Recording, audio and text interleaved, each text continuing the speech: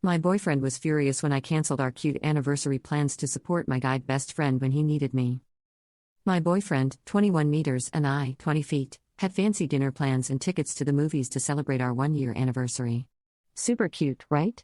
We were both super excited about it and had planned it a while ago.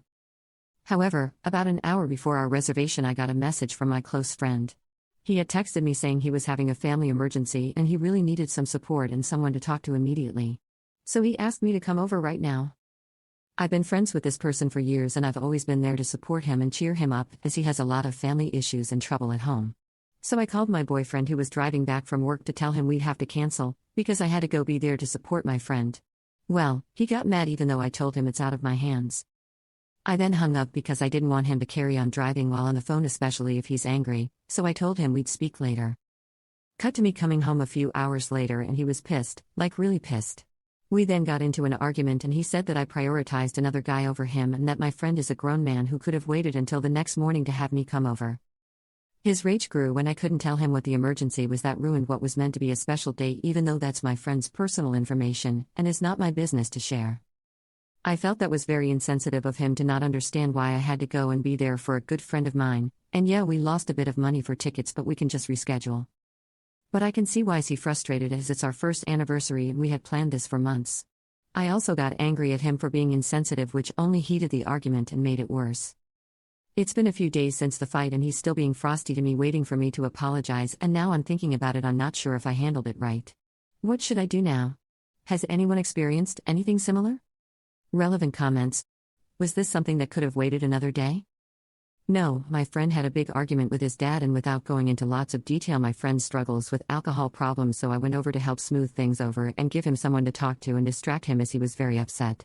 When my friend asks for emergency support, I don't ask questions, I just go. How could I have enjoyed my night knowing he was struggling? Update. It took me a while, but I realized I was in the wrong and I didn't prioritize correctly. I came off pretty defensive at first, but after thinking about what people said, I shouldn't have been.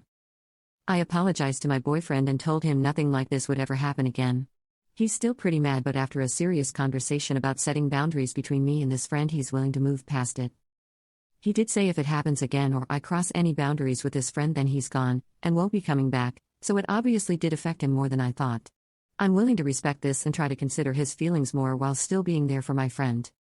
We have rebooked our tickets and dinner for next weekend, and hopefully it can still be special. What I will say is the emergency message I got from my friend at the time didn't have much detail, so I didn't know how serious it was.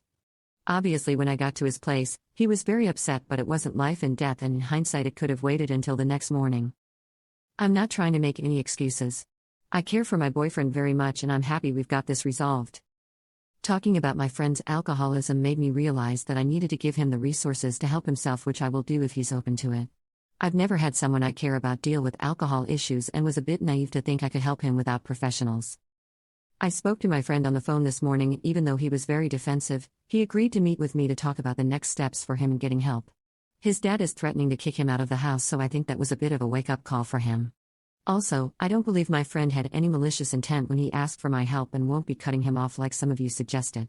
I think healthy boundaries to prevent any misunderstandings will do. Anyway, we're moving on from this now.